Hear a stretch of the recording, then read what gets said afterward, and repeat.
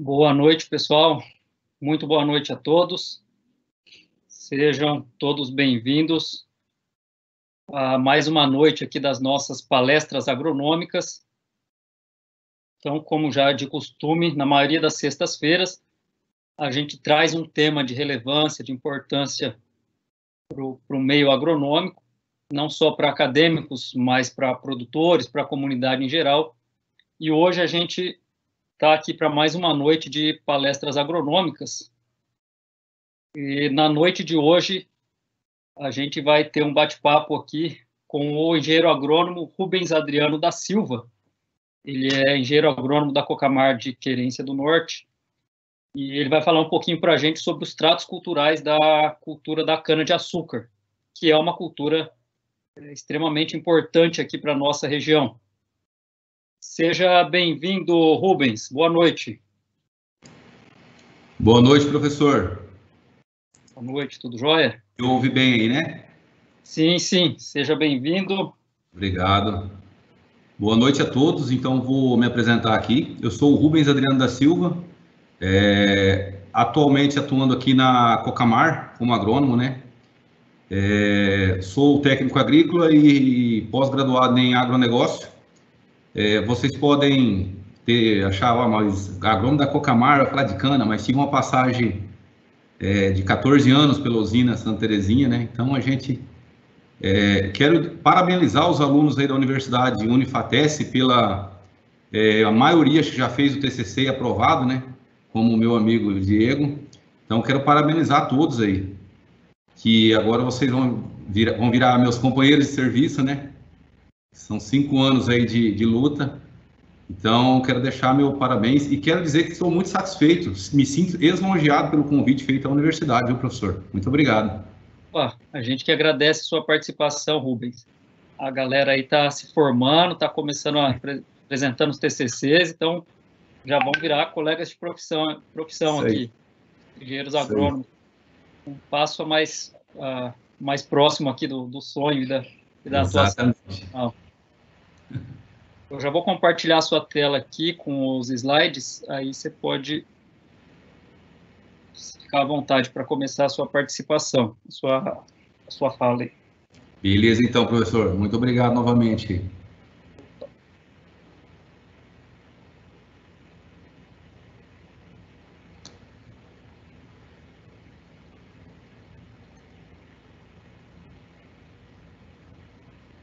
Pode ficar à vontade, a hora que você quiser começar, o pessoal já está te vendo já a apresentação. Isso. Bom, pessoal, como me apresentei então, né, sou o Rubens e atualmente na Cocamar de Querência. Então vamos falar um pouco com vocês aí sobre tratos culturais na cultura da cana-de-açúcar. Então aqui, pessoal, é o coração, é onde tudo começa, nos tratos culturais, daqui que sai a matéria-prima, daqui que nós vamos fazer toda a estrutura no solo, variedades, enfim. Eu gosto de dizer que aqui que os tratos é o coração da agronomia, né? Então, como vamos falar sobre os setores relacionados, alguns setores que eu coloquei aqui de tratos culturais, para a gente falar que o tempo não é pouco, né? Que os tratos é um setor que tem muitos subsetores envolvidos, né? Eu relacionei 7 aqui para a gente começar, que é calcário e gessagem, cultivo e adubação, aplicação de defensivos, torta de filtro, vinhaça, controle biológico e reguladores de sacarose, ou fitomaturadores, como a gente chama também lá. Então, pessoal, não tem como a gente deixar de começar a falar de tratos culturais sem falar nessa palavra mágica aí, nessas duas palavras mágicas, que é fertilidade do solo, né? Aqui é onde tudo começa, e a gente não consegue fazer isso do dia para a noite. Isso aqui leva anos para a gente chegar numa microbiota, nos micro-organismos que a gente pode se dizer assim, perfeito, né? Então, isso aqui é coisa que a gente tem que começar a fazer urgente. A gente que nesse noroeste, nós temos muitos solos degradados, né? O arenito kaiowá, ele é um solo extremamente ácido, necessitável de calagem. Então, a gente começa por aqui. Eu nomeei aqui os 6 segredos do sucesso de produtividade, que o número 1 é o clima, onde a gente não tem controle, né? Isso aqui a gente tem que pedir a Deus que vem, graças a Deus veio essa chuva agora aí, que já estava muito seco. Em segundo lugar, já vem ela, fertilidade, que isso aqui é o que nós buscamos em toda a área, não só em cana-de-açúcar, como soja, arroz, nós buscamos cada ano mais ter solos mais férteis. Variedades genéticas, né, que isso também serve para qualquer cultura, controle de doenças, tratamentos e arranjo de planta. Então, aqui é um ranking de seis tópicos aí para a gente começar o nosso segredo de produtividade. Nomeei aqui 4 pilares tecnológicos, né? Que é identificar, posicionar, recomendar e acompanhar. Identificar, a gente começa aqui pelo análise, que é o primeiro de todas as ferramentas, né? Isso aqui começa tudo por aqui. Recuperação de solos degradados, que foi o que eu acabei de falar agora. Construção de perfil de solo, manutenção de plantas, manutenção e nutrição de plantas. Posicionamento com calcário, gesso e adubação, que é a comida para as plantas, né? Recomendação, cálculos, dosagens, formas de aplicação e os seus benefícios. E o acompanhamento, que aí entra muito a nossa parte também, aí, que é aplicação, desenvolvimento fisiológico, colheita e própria divulgação de resultados, que a gente também, nesse ramo, a gente vive de resultados, né? Essa ferramenta aqui, pessoal, eu gosto de chamar ela de a principal ferramenta. Aqui é onde tudo começa. Eu gosto de citar um exemplo, que a análise de solo para nós agrônomos, ela é a mesma coisa que um exame de sangue para um médico. Então, tudo começa a partir daqui. Tudo começa por essa análise. E não adianta só fazer análise. Eu pego uma análise aqui, eu vou fazer a leitura dela. Se ela não foi feita numa coleta adequada, que nós temos os procedimentos são inúmeros na coleta do solo, né? Uma metragem específica de um carreador, não tirar perto de trieiro de gado, ou mesmo de fezes de animais, debaixo de árvore. Então, são inúmeros procedimentos que a gente tem para fazer uma coleta perfeita, né? Para chegar no laboratório, para não ser mascarado, vamos dizer assim. Essa coleta também tem um número expressivo por hectare, né? Um número de coleta. Não vamos pegar aí 50 hectares e fazer uma coleta só. Então, depois que chegou tudo certinho, que chegou na nossa mão, na mão do agrônomo, essa ferramenta, aí nós vamos dar início ao trabalho, certo? Esse slide aqui, eu já tenho ele há algum tempo, eu gosto dele porque isso aqui mostra a relação entre pH e disponibilidade de nutriente no solo. O que significa isso, pessoal? Como eu disse lá no começo, primeira coisa, a gente tem que ir por partes. Primeira coisa, correção da faixa de pH no solo. Se nós não fizermos isso, não adianta nada. Como vocês podem ver aqui, esse pH de 4,5 e 5, isso aqui é comum na nossa região, viu? Então, vocês que estão estudando aí recém-formado em Paranavaí, acredito que a maioria de vocês são da região, né? Então, o nosso solo, a maioria das análises que vocês foram fazer é 4,5 e 5. Aí, o que adianta você jogar uma dosagem pesada de adubo? Um exemplo, você vai lá jogar 300, 400 quilos por hectare. Olha aqui para vocês verem. Um pH muito ácido, com 4,5, ele vai absorver 20% de N, de nitrogênio, 30% de fósforo, 30% de potássio. Então, aqui, esse slide, quando eu falo que eu gosto muito dele, que aqui mostra a importância da gente começar certo, começar com uma boa análise, uma boa calagem e, se possível, como o análise mostra, essa análise aqui atrás, não sei se vocês vão conseguir acompanhar, ele mostra que alumínio nos índices de saturação é com 26,9%. Então, é uma análise que vai ser recomendada gessagem. Alumínio, todo mundo sabe que é prejudicial às plantas, necrose de raízes, entre outros prejuízos aí para as plantas. As fórmulas de necessidade de calagem são inúmeras fórmulas, eu coloquei uma aqui só para exemplo, mas são inúmeras as fórmulas que nós temos hoje. A importância de a gente se atentar nas contas, volta lá naquele slide que eu falei, né? É muito importante para a gente fazer uma recomendação concreta para o produtor. A de gesso já é uma constante de 50 vezes teor de argila, ou seja, um exemplo, essa análise aqui já ia precisar de uma análise física, que é onde eu ia achar o teor de argila, né? Então, 50 vezes teor de argila é os quilos de gesso por hectare, certo? Eu coloquei alguns modelos de distribuidores aqui, que hoje são também inúmeros. Hoje nós temos até uma tecnologia de agricultura de precisão que é um espetáculo, mas a gente sabe que não é todo mundo que tem condições, né? Até coloquei esse aqui que eu achei bem engraçado, esse implemento antigo, nunca mais tinha visto, popular, a gente chama de coxo, né? Tem até o ajudante ali em cima. Então, caminhões, tratores, tecnológico. Então, hoje a gente tem N formas de fazer uma calagem bem feita. E aqui, pessoal, é o que eu gosto de chamar de troféu. Esse aqui é o filé da agronomia. Quando a gente consegue chegar nesse ápice aqui de 40% de perfil de solo corrigido, isso aqui é o troféu. Detalhe, como eu falei lá no começo, não é de um ano para o outro. Essa foto aqui, para vocês terem uma ideia, eu tirei de uma família, uma família de Guarapuava, eles são campeões de produções, foram 2, 3 anos seguidos campeões, família Sentes.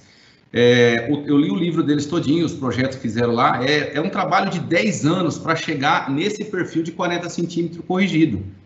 Então, é como eu falei lá atrás, é um trabalho árduo, mas consegue. Se a gente fazer tudo certinho, no jeito, a gente chega lá.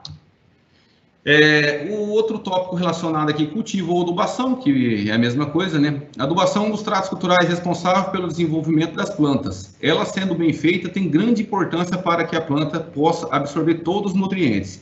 Então, volta tudo naquilo que eu falei, né? Não adianta a gente jogar toneladas de adubo por hectare e não fazer uma calagem bem feita, não fazer uma análise bem feita. Aqui alguns modelos de adubadores. Eu acho que, professor, deve ter alguns alunos aí que trabalham em usina ou que tiveram uma passagem por lá, tem conhecimento. A usina já faz alguns tempo que foi proibido a queima de cana, né? Então, isso dificultou muito para os tratos culturais, porque a gente tinha esse implemento aqui, ó, que era de gradinha, né? Com haste escarificadora. Então, teve que modernizar, mas eles fizeram. Esses são os modelos, acho que os últimos modelos que tem, e como você pode ver, uma grande palhada, né? Então, a gente tem que romper essa palha com um disco de corte e atrás o disquinho colocando, posicionando o adubo na linha. Então, são vários modelos hoje disponíveis aí. Pessoal que não tem conhecimento, né? Para já ir vendo aí, ó, esses modelos. Vocês podem perguntar para mim assim, Rubens, mas e esse trator aqui, como é que o cara tá vendo a linha aqui, né? A maioria deles hoje tem tudo GPS, né? Piloto automático, ou o próprio lastro da colhedora também, o operador consegue seguir bem, certo? Outro tópico relacionado ao setor de tratos culturais, aplicação de defensivos agrícolas. Aqui também é onde passa muito dinheiro, pessoal. Esse também é um setor que é muito melindroso. Isso aqui é um universo de coisas para a gente aprender aqui. O método mais utilizado para controlar as plantas daninhas é o químico. No caso da usina, o uso de herbicida é constante. As principais vantagens são economias de mão de obra e rapidez na aplicação. Os herbicidas podem classificar-se com base em sua seletividade, época de aplicação, translocação, estrutura química e mecanismo de ação.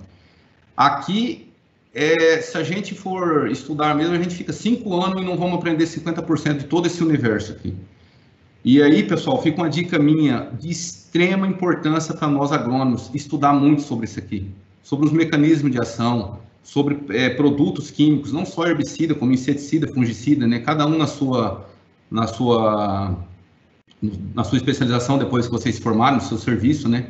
Nos seus empregos. Mas hoje a gente sofre muito com plantas daninhas cada vez mais tolerantes aos produtos comerciais. Todo ano são produtos novos lançados no mercado, então a gente fica muita informação. E a gente tem que ter essas informações para o produtor. No caso, eu acredito que vocês também, alguns de vocês vão ser produtor, né?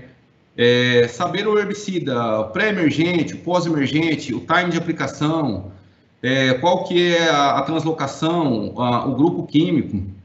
Um exemplo, a região de Paranavaí é muito grande na área de mandioca, né? Mandioca tem um produto que se usa muito, que é o princípio ativo dele, clomazone, o nome comercial tem o Gamit, um produto que é extremamente volátil, uma volatilização que ela vai aí 1000 metros, e o grupo químico dele, a sua estrutura, ele é inibidor da síntese de carotenoide. Então, tudo isso a gente vai aprendendo com o tempo. É de extrema importância a gente estudar muito sobre esse universo de coisas que são os defensivos agrícolas. Eu coloquei aqui fatores que devem ser considerados para garantir uma aplicação de segurança e precisa de pulverização. Eu coloquei alguns tópicos aqui que vai na mesma linha dos herbicidas, né? Passa muito dinheiro por esse ramo, então a gente tem que fazer a coisa quanto mais de qualidade possível. Pressão de pulverização, tamanho de bico, taxa de aplicação, que a gente chama de vazão, né?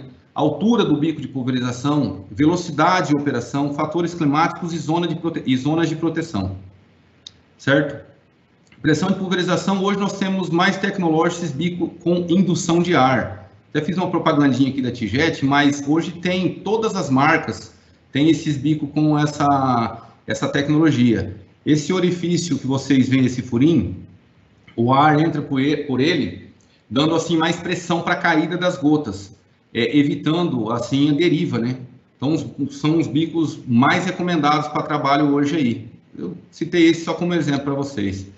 Tamanho de bico, aqui é uma nomenclatura das cores, isso aí vai ter em todos os catálogos se vocês forem ver, né? As pontas de pulverização são um universo de pontas também. E aqui, pessoal, é um slide muito curioso. Esse slide, ele é uma foto microscópica, onde mostra a imagem A, B e C, que mostra a imagem A perfeita, com o coeficiente de variação de 6%, que é o indicado até 10%, o B com 35%, a imagem C com 57%. Quando vocês verem esse orifício, vocês veem que está danificado. A olhos nus, isso aqui é impossível da gente detectar. E aí é o seguinte, muitos produtores colocam um jogo de bico no trator e ficam lá pro resto da vida, e não é o correto. Cada jogo de bico, de ponta, tem a sua recomendação de horas, como se fosse uma peça de avião. Bico tal, 100 horas tem que trocar. E não é trocar um bico ou dois, trocar todos, é o jogo de bico completo. Como vocês podem ver aqui na imagem, ó, tá aqui o exemplo, aqui dá pra gente ver bem, ó, esse bico saindo mais aqui no meio, esse saindo mais aqui do canto. Isso aqui, como eu falei lá atrás, é um rio de dinheiro que passa nessas pontas. Então, quanto mais a gente cuidar disso aqui, mais rendimento a gente vai ter, mais sucesso a gente vai ter. A taxa de aplicação, que é a vazão, isso aqui também é uma nomenclatura de cores mais para controladores eletrônicos, né? A altura do bico de pulverização, importantíssimo. Hoje a gente tem máquina tecnológica, esses autopropelidos, que trabalha sozinho praticamente, né?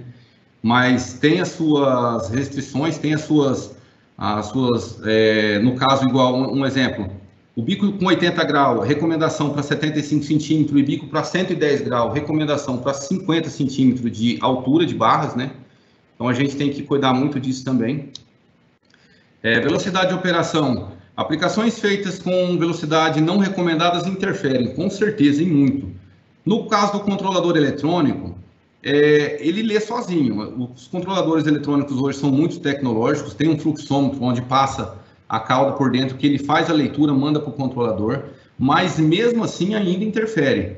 Ou seja, quanto mais a gente aumentar a velocidade, mais a pressão do sistema vai aumentar, mais vai diminuir o tamanho de gotas e vai aumentar a deriva, consequentemente desgaste das pontas, dos bicos. Sem controlador, então, nem se fala. Sem controlador, a gente tem que fazer uma regulagem engessada no pulverizador, e aí o operador tem que tentar trabalhar na sua rotação e velocidade mais constante possível, para conseguir uma vazão desejada. Eu coloquei aqui uma formulinha que eu gosto de trabalhar com ela, para fazer a regulagem, né, dos pulverizadores. Isso aqui, claro, para pulverizadores manuais, né? Os eletrônicos hoje quase não precisa fazer, só a calibração do fluxômetro do controlador está regulado. Essa conta litros por minuto, que é igual a litros por hectare, vezes quilômetro por hora, vezes espaçamento entre bico, dividido por 60 mil. A gente vai achar a conta em litros por minuto. Detalhe, pessoal, a coleta é feita por bico, bico a bico, por isso litros por minuto.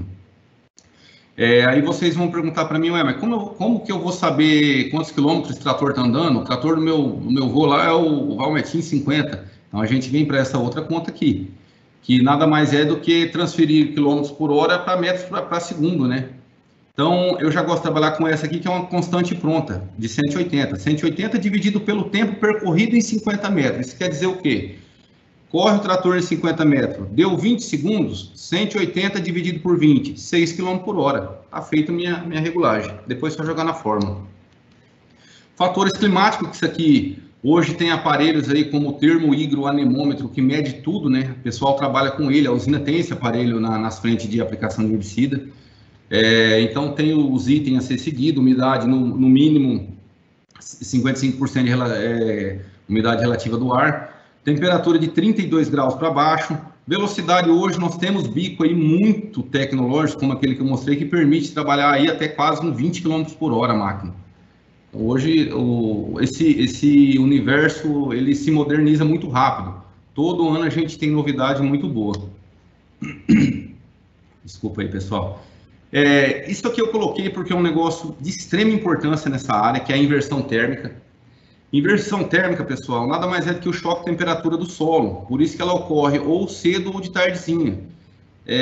Dependendo da região, isso aqui acontece em qualquer lugar, mas dependendo da região, um pouco mais do que as outras. Um exemplo aqui de Querência. Aqui em Querência a gente tem essas áreas de várzea, né, que é uma área muito típica de inversão térmica. Quando a máquina está trabalhando, a pessoa não vê que está ocorrendo essa inversão. O que acontece? Essas gotas, principalmente as micras, vão ficar suspensas. Inversão acontece praticamente 100% em horários sem vento. O que acontece? Nesse outro slide que vocês podem verificar. Olha aqui onde foi aplicado a aplicação e olha aonde que veio fazer o estrago.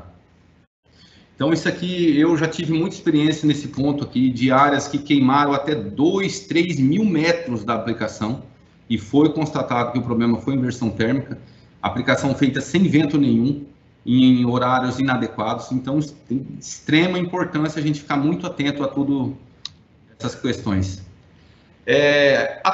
Esse tópico aqui, pessoal, é um tópico que eu gostaria bastante de falar para vocês, igual eu falei que muita gente não vai ter conhecimento de usina, né? Se chama-se torta de filtro. Torta de filtro ela é uma impureza saída da usina. Uma impureza que deu muito trabalho. Isso aqui no começo, o pessoal, nossa, era um incômodo muito grande, não tinha o que fazer com isso. E depois, com o passar do tempo e muito estudo em cima dela, se descobriu que é uma fonte riquíssima de nutrientes. Como vocês podem ver aqui, e ela é produzida numa forma muito quantitativa na usina. Como vocês podem ver no slide, ela é produzida numa ordem de 2 a 3,5% da cana moída. Então, se vocês pegarem aí usina que tem, moe, qualquer usina hoje moe 10 mil toneladas por dia. É uma imensidão de torta que sai. Então, ela é muito rica em fósforo totalmente disponível para as plantas. Então, hoje é feito um trabalho muito grande em cima desse resíduo. Aqui, vocês podem me perguntar, mas por que torta de filtro? O que significa? Aqui está o filtro. Essa foto ela é até antiga. Hoje as indústrias, os filtros são muito mais tecnológicos. É uma outra tecnologia, mas aqui dá para me ilustrar bem para vocês entenderem. Esse outro slide aqui, a gente vai entender como que a cana entra na indústria, né? Primeira coisa, lavagem e moagem, certo? Então, aqui já sai o bagaço e vem para o tratamento químico. Na filtração, onde começa a separar os caldos, que aí vai para a fermentação, evaporação, e é aqui que sai a torta de filtro, como vocês podem ver aqui. E a torta de filtro nada mais é do que uma impureza sólida da indústria. Aqui, ela cai num depósito na própria indústria, que de lá é levado para um pátio. Pátio esse aqui, ou diretamente para a lavoura, onde os caminhões vasculam, a pá carregadeira faz as suas leiras, né? E aí começa o trabalho. Esse slide aqui mostra bem, pessoal, ó, as leiras, a pá arrumando. Esse implemento aqui se chama-se batedor. É um implemento que foi totalmente desenvolvido para isso. Por que bater a torta? A gente vai fazer um processo de compostagem. Mesma coisa lá daqueles adubos que a gente conhece. Como vocês podem ver no slide anterior, ela sai com 70% de umidade. Então, ela é muito úmida, né? Então, isso aqui demora aproximadamente aí 20 dias, dependendo do trabalho, né? Não vai bater uma vez em cima da outra, a gente espera decompor as matérias. Hoje já tem usina fazendo, até a própria Santa Terezinha, coloca cama de frango, o próprio calcário, gesso no meio dela e bate junto. Então, um trabalho muito desenvolvido nessa parte hoje aí. Uma vez compostada, ela segue para a lavoura, aonde vai vir as aplicações.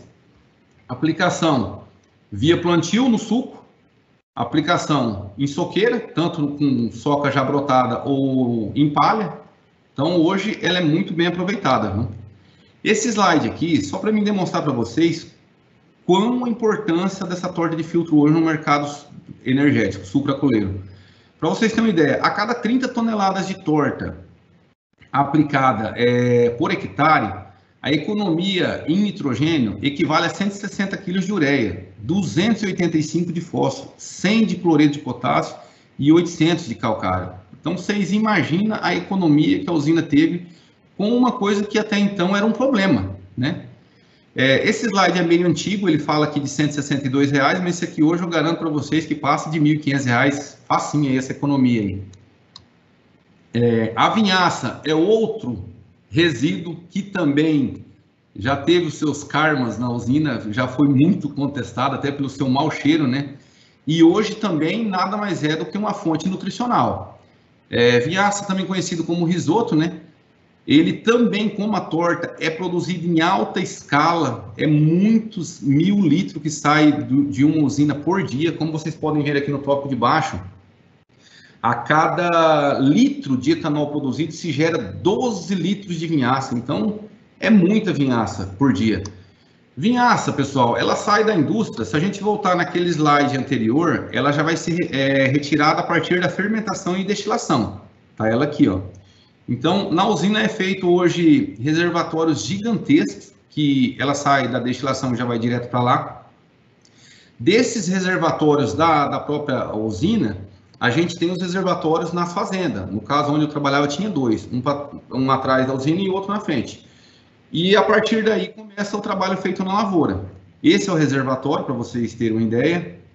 Essas são as máquinas, os maquinários utilizados. Esse implemento chama-se hidrorol. Esse é um motobomba, é onde puxa do canal e distribui para a lavoura. Está aqui ele esticado e o bico aspersor. Aqui mostra bem essa figura ilustrada de irrigação. Aqui o cano, ó, de onde vem do canal, o motobomba vai ter algum lugar aqui puxando, né? Esse hidrorol, ele tem um aparelho que é um controladorzinho que você programa a vazão aplicada. A vazão se é dada a metros cúbicos, né? Então, exemplo, eu quero jogar 35 metros cúbicos por hectare. Estico o hidrorol nesse talhão e ele vem recolhendo até aplicar os 35 metros cúbicos no talhão, até chegar aqui. Chegou aqui, a gente vai mudar para outro talhão. E assim sucessivamente.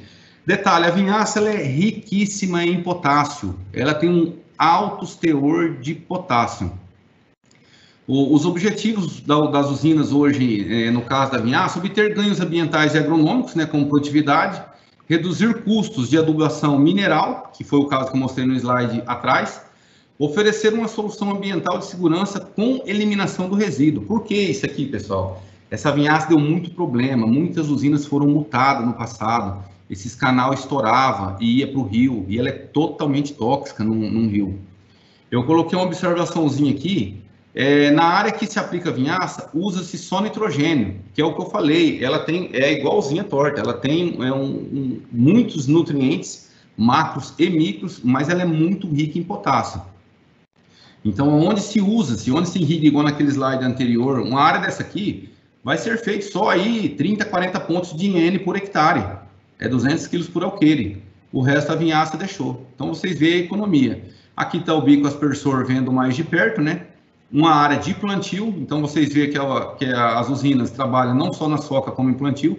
Aqui é o mangueirão do hidrorol, tá lá na frente o bico, né? Esse bico aqui, ele vem puxando, como eu mostrei para vocês. E aqui outro setor de extrema importância nos tratos culturais, que é o controle biológico. Controle biológico esse, pessoal, se dado por causa da Diatreia saccharalis. O que é essa Diatreia saccharalis? É a broca da cana-de-açúcar. Hoje aí é a principal praga dos canaviais. Hoje se faz até controle químico para essa praga.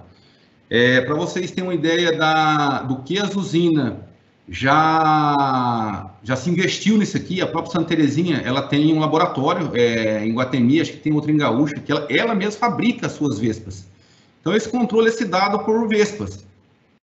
Aqui é o ciclo da Diatreia, que é a broca, né? O ciclo dela, ela faz muitas posturas, 200 a 400 ovos em cada postura, então é uma praga difícil de controle. Aqui os danos, pessoal, olha o que ela ocorre, danos na galeria da cana, até a morte de hiperfilho, é uma praga muito agressiva. morte de comos adultos, pode ver a cana caída, ela dá estreitamento entre nós também, a cana fica com os nós estreitos. Aqui os controles biológicos que a gente tem hoje aí no mercado, que é a Cotelis eflavips e o Trichoglama gaoi, 2 vespinhas, né? Como que você me pergunta, mas como que faz esse controle? Tá a foto aqui, ó, a vespa faz a postura na larva da broca, que vem ocasionando a morte dela, né? Aqui está o ciclo biológico, o ciclo da Cotelis eflavips, que é a vespa, e o outro do Trichoglama, certo? Como que é feito o lançamento dessas vespas? Hoje, nós temos até drone, como vocês estão vendo aí, mas a maioria é na mão. Tem um setor relacionado na usina, que é o setor de amostragem.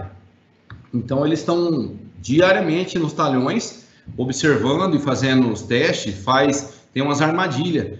Dependendo do nível de infestação dessa broca, desse inseto, já é acionado o setor responsável, o pessoal vai lá com os copinhos de vespa e solta no meio do canavial. Os reguladores de sacarose, a gente pode chamar eles de fitomaturador ou maturação. O que significa isso? A cana-de-açúcar, ela é uma planta semiperene. O que significa, pessoal? É uma planta que ela vegeta, ela é vegetativa. Ela chega numa altura do seu ciclo, numa fase fisiológica dela, coisa aí de 8 meses, o pico de sacarose dela é limitado. Esse pico de sacarose, ele chega só até, não sei se é 13%, que não me lembro, mas ele é limitado. Chegou naquele pico de sacarose, aquilo ali tende a descer. Por quê? Ela vai usar essa energia para vegetação. Se vocês pegarem um pé de cana muito velho, vocês vão ver ou ele florido, ou ele cheio de broto do lado. A gema apical começa a soltar broto. E o que a cana usa para fazer isso? A sacarose, que é a energia. Então, o que a usina faz? Aquele mesmo setor de amostragem que eu falei para vocês lá, eles estão diariamente nos talhões fazendo a coleta e leva para um laboratório da indústria. A indústria tem um setor lá que é um laboratório, feito análise diariamente. Então, quando chega naquele pico de sacarose, no seu BRICS, que a gente fala de açúcar, é acionado o setor de aviação agrícola, que é esse aqui, ó, onde já é feito as aplicações. E aí, o que acontece? Esse ciclo vegetativo dela é quebrado. Hoje, a gente tem muito regulador de crescimento. Hoje, o pessoal das usinas faz muito isso com glifosato, em dosagens pequenas, né? Eles descobriram que funciona e muito mais barato, né? Então, eles fazem aplicação aérea, vocês estão vendo até drones são usados hoje. Esse pico de sacarose, ele vai ficar estagnado nessa cana ali por até 40 dias. Então, onde a usina faz todo o seu planejamento, ou seja, ela vai ter 40 dias para chegar naquele talhão, naquela fazenda e colher a cana com a sacarose no máximo, certo? Então, pessoal, eu fui meio rápido até por causa do tempo, né? Espero que eu tenha contribuído com bastante informações aí para vocês e fico à disposição de perguntas, até mesmo depois da palestra, se alguém tiver alguma dúvida aí, quiser me perguntar, fico totalmente à disposição, viu? Mais uma vez, agradecer a vocês todos aí, a todo o pessoal que estava assistindo, né, a live. Agradecer à Universidade Unifates pelo convite, agradecer ao professor Marcelo aí, e mais uma vez parabenizar todos os alunos aí, né, professor, que agora entra pro ramo, né, agora entra pro PEGA. Opa, a galera tá entrando aí tá deixando de ser acadêmico e tá entrando por atuação profissional como engenheiro agrônomo mesmo. Exatamente. Muito obrigado desde já pela sua palestra, material de muito boa qualidade, explicação aí excelente, a gente sempre tem muito a aprender, né, a galera? Com certeza. Sempre trabalha com cana-de-açúcar aí, deixa eu só mandar a sua imagem aqui. Pode encerrar a apresentação aí já, que eu vou mandar a sua imagem para cá. Isso. Então, a gente tem muito a aprender, inclusive gostei muito do material que você trouxe aí, da apresentação, bem prática, visivelmente bem, né, a gente consegue ver, de fato, a importância de um manejo adequado, né, para a cultura da cana-de-açúcar, mesmo porque isso tem um retorno financeiro muito grande. Se a gente pensar na economia que uma boa análise do solo vai te trazer, uma boa interpretação, qual você falou, né? Não basta só se preocupar com o resultado da análise de solo, mas desde a coleta dela, se foi feito de forma correta, a análise física também, importância. A gente sabe que, dependendo da granulometria, da classe textural do solo, a gente tem estratégias de manejo um pouco diferente também. Aquele slide da disponibilidade de nutrientes em função do pH, sensacional, bem didático aquilo. Eu nunca tinha visto essa informação dessa forma. Eu achei muito bacana mesmo, enriquecedor, porque a gente consegue ter a ideia de que realmente, com um pH de 5 ali, 5,5, 5, 4,5, você não tem 100% do nitrogênio que você teria, ele não vai estar disponível.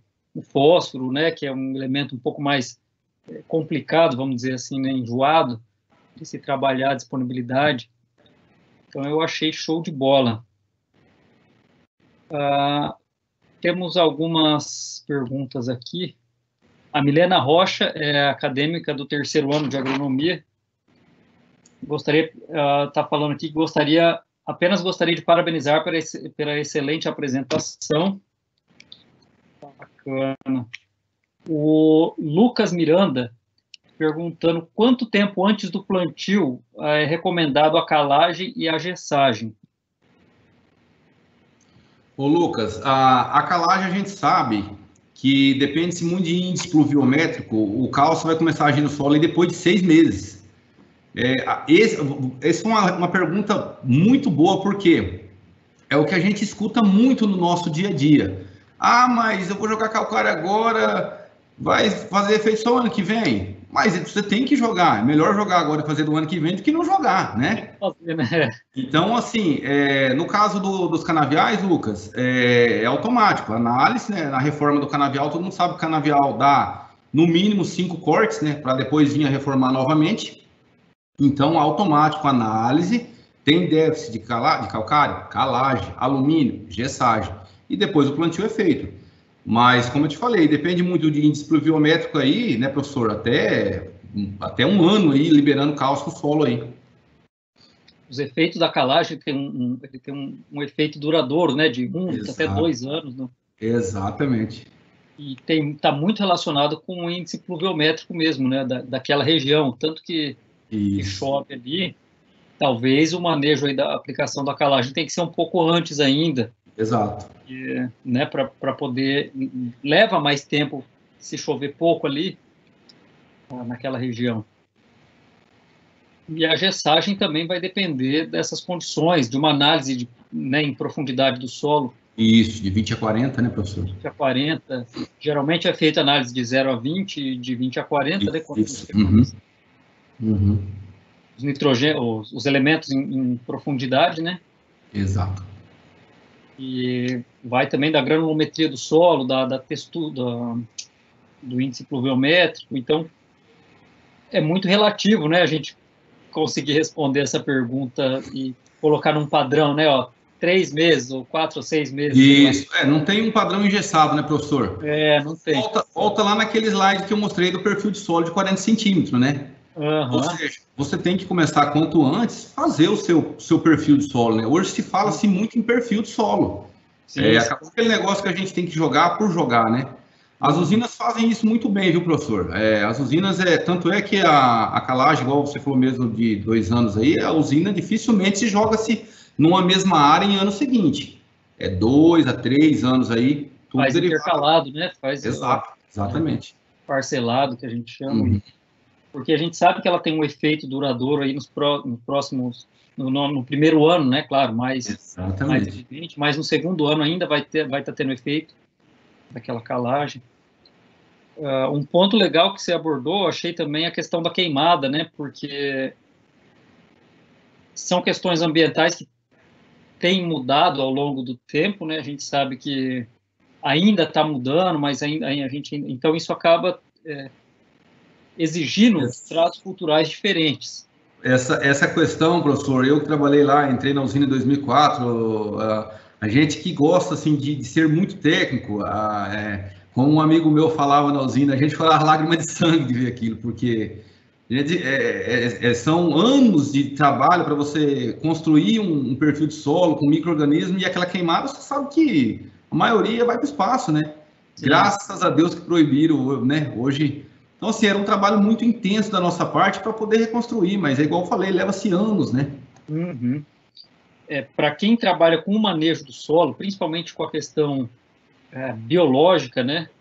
A gente sabe claro, não podemos negar, a queima, ela traz benefícios para a colheita manual, para o operador que está ali trabalhando, né? Tem uma questão de outras questões envolvidas. Sim. A gente sabe disso. O próprio rendimento, né? Exato. Na queimada, o rendimento da máquina é o dobro maior, né? Mas os tratos culturais, então, vieram mudando também, acompanhando essa evolução né? As próprias cultivares, né? Com menos palhada. Então, exatamente. Existe essa dinâmica, né? As questões ambientais, às vezes, precisam ser revistas, e como já tem sido, então, vem se trocando a forma de tratos culturais, principalmente aqui com relação à palhada, né? Porque a gente sabe que tem uma palhada, um volume de palhada muito maior no solo. Para o ecossistema ali, para a biota do solo, isso é extremamente importante. Com certeza. Ainda mais, professor, se tratando-se, igual eu falei, né, em Arenito Kaiowá, né? Que o nosso teor de argila aqui do Noroeste, ele é muito baixo, né? Então, a gente é muito areia, muito arenoso aqui em Querência mesmo. Muito... Então, assim, a gente tem que ter matéria orgânica. Hoje, mais do que comprovado cientificamente, que a própria palha, né? Ela traz N benefícios para o solo, né? E aqui no Arenito Kaiowá, onde a gente tem muita areia, a própria matéria orgânica, a decomposição dela e o tempo que a gente se perde com facilidade, né? Exatamente. Uma validade, vamos dizer assim, né? O tempo de degradação e decomposição é muito mais rápido. Uhum. E esse manejo aí vem para ajudar a melhorar. Um outro ponto que eu achei legal também, que é extremamente importante, quando você dá o destaque ali para a tecnologia de aplicação. Hoje em dia, até, né, a própria tecnologia traz coisas muito rapidamente, né, novas tecnologias. Então, desde o bico, o cuidado com a deriva, esses controladores. Então, o profissional que trabalha com isso, é importante ele estar atento a essas novas tendências, né, a essa tecnologia de aplicação que vem mudando. Se você pegar na última década, daí, nos últimos 10 anos, e pensando aí nos últimos 10 anos, é um prazo relativamente curto. Com certeza. Tanto de mudança em tecnologia de aplicação que a gente já teve né, nesse período. O que mais que eu ia falar aqui?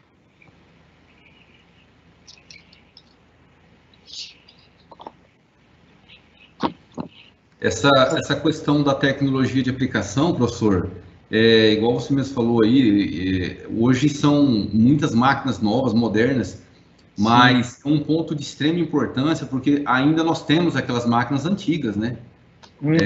Os próprios agricultores aí mais antigos ainda têm os tratorzinhos deles. Então, assim, é muito importante eles terem essa informação, né? Aqui na cooperativa, a gente, na assistência técnica, a gente, assim, passa para o produtor, né? A gente tem que tentar fazer o produtor entender como é que funciona, né? Até para o bem dele mesmo, né? Em custo e a própria eficiência do produto em si, né? No final, né? Sim, sim. E são maquinários que, às vezes, um pouco mais antigos, mas, claro, a gente continua usando ele ainda tem uma vida útil, né? Ele não entrou em total obsolescência ainda. Então, claro, não é da dia para a noite que uma cooperativa, ou uma usina, um grupo, substitui todo o maquinário dele. Exato. Então, conseguir associar isso aí, né, com essas novas tecnologias, se possível, com o que a gente já tem e que ainda usa, né? O Vitor Ferreira está mandando boa noite aí para a galera. O Lucas Miranda, novamente, perguntando o que a gente teria a dizer sobre uma mesma cultura durante tanto tempo no mesmo local, como o caso da cana-de-açúcar. Lucas, parabéns para você, cara. Uma outra ótima pergunta. Ótima pergunta. Tanto é, Lucas, que isso já se mudou na usina. Hoje, chegou num ponto de extração do solo tão grande numa monocultura, numa cultura só, que hoje já não se faz mais isso. Hoje a gente já se faz rotação ou até mesmo a sucessão dentro do ciclo de reforma. Eu não sei se você já... Né? Isso. Crotalária. Hoje estão se plantando soja, né, professor? Hoje está um trabalho bem legal aí, que descobriu que o soja faz uma combinação de sucessão maravilhosa no solo com a cana. Então, Lucas, hoje as usinas, a grande preocupação dela é essa, elas fazem isso, elas são obrigadas a fazer isso. Amendoim, eu já vi usina plantando, vai reformar, planta amendoim, aí tira o amendoim e volta. Então, tem que se modernizar, tem que procurar fazer a não degradar o solo numa monocultura, né? Que a gente sabe que, por mais que você pode fazer todo o trabalho que eu acabei de citar, é uma cultura só, né? A gente tem que quebrar esse ciclo. É extremamente pertinente essa pergunta, né? Porque quando a gente fala em monocultura, a gente está falando em explorar o solo sempre da mesma forma. Então, exatamente. Desde quimicamente falando, né, a extração, a exportação da cultura, né, a gente sabe, por exemplo, ali, igual você comentou, a torta de filtro, a vinhaça, são extremamente ricas em fósforo, que é um elemento que ele é muito exportado na cana-de-açúcar. Né, a exportação é muito grande, então o tipo de exploração é sempre o mesmo, e quimicamente falando, fisicamente falando também, porque você tem sempre o mesmo tipo de sistema radicular crescendo ali, e isso acaba tendo uma pressão de seleção para outras espécies, seja de plantas daninhas, seja de praga, né, seja de doença. Isso acaba fomentando o aparecimento de espécies de praga, de doenças, que às vezes era secundária e acaba sendo primária. Então, mas as usinas, né, de um modo geral, também estão repensando essa questão. Sim, eles foram, igual eu falei, professor, eles foram obrigados a rever, né? A rever todo esse pensamento, todo esse trabalho. E foi através de experiências que ficou provada que aonde faz a sucessão, professor, com soja, tira a cana, planta soja, e depois você volta com a cana, é esplêndido o retorno desse canavial. Sim, então, sim. Assim, no nosso caso, que se tratando assim, Arenito Kaiowá, geralmente varia de 5 anos essa reforma. Aí você vai para uma terra mais argilosa, é mais, né? 7, 8. Então, pelo menos todo ciclo de reforma tem que ter uma sucessão ali de cultura. Fazer uma rotação, uma sucessão com outra, para dar uma, como você falou, até dar uma restabelecida nesse solo, né? Uhum. Tem uma pergunta anônima aqui, eu não colocou o nome. Está falando, professor, eu participei de algumas visitas na área de cana-de-açúcar, eles estavam fazendo teste com mudas de cana. Por exemplo, pega a cana e dividia as gemas, de onde vai dar outra origem da planta, deve ser aqui, e fazia tratamento na gema para ter o maior potencial de emergir. Isso pode ser exemplo de uma semente. Isso pode se tornar uma realidade mais viável nas indústrias? Eu acho... Não sei se ele está falando de cultura pré-brotada em tubete ou... Eu acho que ele quis dizer, professor, que a cana assim, se dá aos plantios por toletes, né? Sim, e realmente está certinho. Hoje tem esse trabalho na usina, quando eu estava lá já tinha esse trabalho começando. Hoje, pelo que eu já li nos jornais aí, a Santa Terezinha está com um laboratório em Santo Tomé de gemas, ou seja, já evoluiu. Eu já não vou ter tanto conhecimento, que eu saí da área, né? Mas já evoluiu muito de quando eu estava lá. Com certeza eles estão, assim, muitas vezes procurando uma maneira mais fácil de renovar esses canaviais, né, de plantio. Porque as reformas dos canaviais, ou até mesmo os plantios, em área de expansão, se dá por tolete, ou seja, é muito maquinário pisotiano, é muito maquinário lá no corte, aqui na distribuição de toletes. Então, a distribuição de gemas, além da própria tecnologia de genética, né? Tá certinho na pergunta. Hoje tem esse trabalho mesmo aí. Uhum. Bacana. Eu também não conheço muito a respeito desse tratamento aí com gema, né?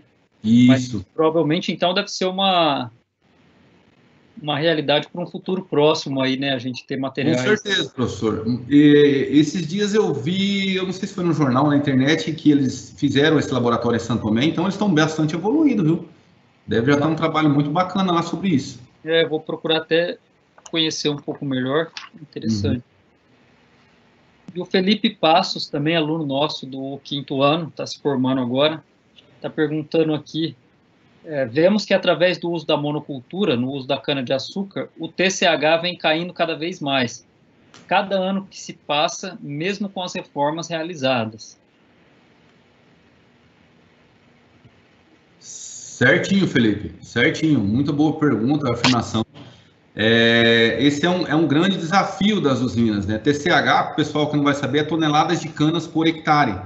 Então, uma cana que você planta ela no começo numa terra que não foi cana, ele dá uma tonelada de cana por hectare lá no primeiro ano, exorbitante, 120 toneladas eu cheguei a presenciar. Aí no seguinte já vem para 100, 80, 60, por isso que ocorrem as reformas, né? Quando chega aí nos 50, 40, já é feito o revolvimento e o novo plantio.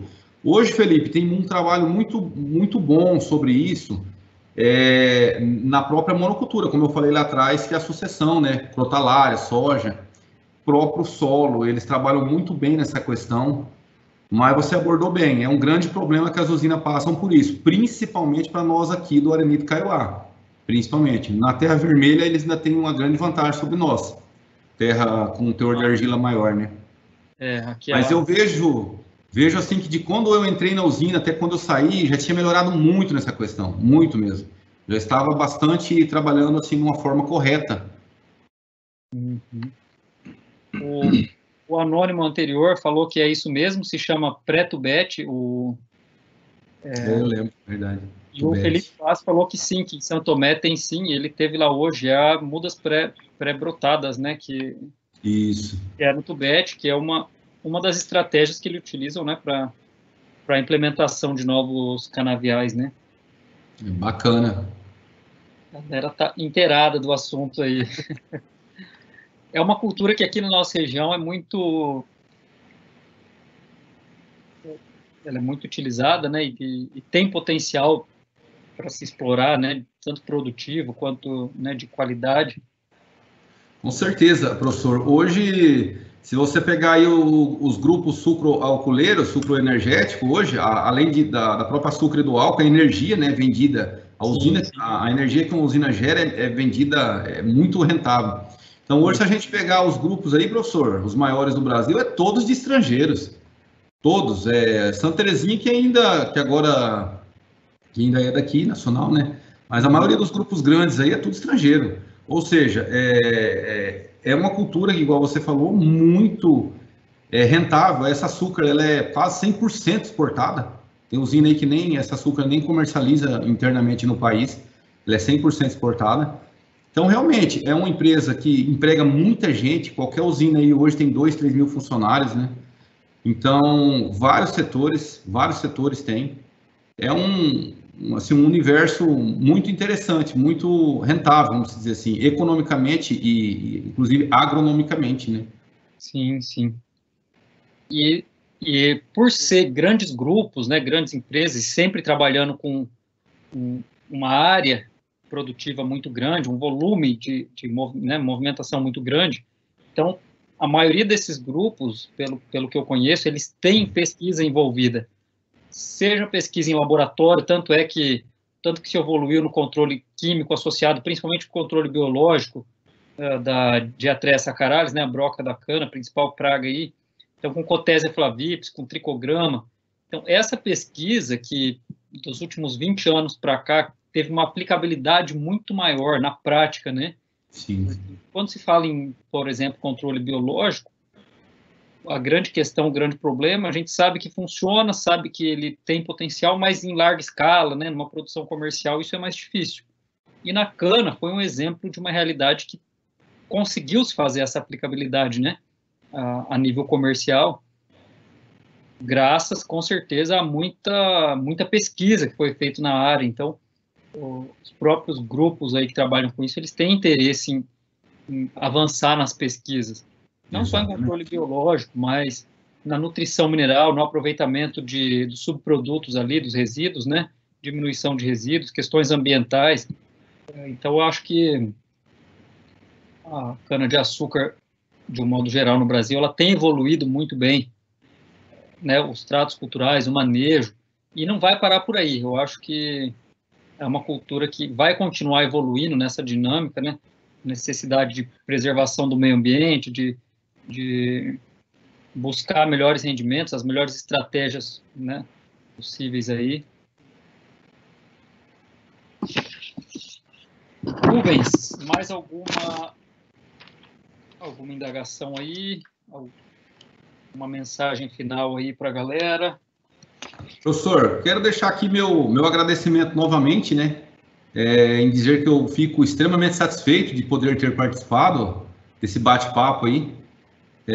Mais uma vez, parabenizar os alunos que saem agora para esse grande desafio, né? Depois do desafio dos 5 anos, agora é um outro desafio. Sim. Que é, sim, empregar lá fora, né? Então, quero parabenizar eles e dizer que, igual eu falei no começo, qualquer coisa, qualquer ajuda, vamos estar por aí. O colega deles, o Diego, está aqui comigo aqui, né? Então, qualquer coisa que precisar, pessoal, pode me chamar no privado aí, a gente vai estar à disposição. E mais uma vez agradecer aí, professor, a universidade, tá? Muito obrigado, foi show de bola aí. A gente que agradece. Então, brigadão, Rubens, pela sua participação aqui nas nossas palestras agronômicas, pelo bate-papo, pelo conhecimento que você trouxe para a gente. Isso aí foi de grande importância. Parabéns aí pela carreira, pelo seu trabalho. Grande sucesso aí, desejo para você na carreira profissional. E é isso aí. Então, brigadão. Eu que agradeço, professor. Um abraço. Tchau, todo mundo aí. Tchau, um tchau. Abraço a todo mundo. Tchau, tchau. Tchau. Pessoal, muito obrigado a todos que acompanharam aqui mais uma noite de palestras agronômicas com a gente. Obrigado aí pela audiência, por estar aqui prestigiando com a gente. Na semana que vem, nas próximas semanas, a gente tem mais alguns eventos ainda, mais algumas palestras abordando outros temas até o final do ano, até o final de novembro, basicamente. Fiquem de olho aí que a gente vai disponibilizar a divulgação aí das novas palestras. O Felipe está agradecendo aí, excelente palestra, mandando os parabéns para o Rubens. É isso aí. Obrigado a todos, uma boa noite, um bom final de semana, um grande abraço e até a próxima palestra agronômica. Boa noite, tchau, tchau.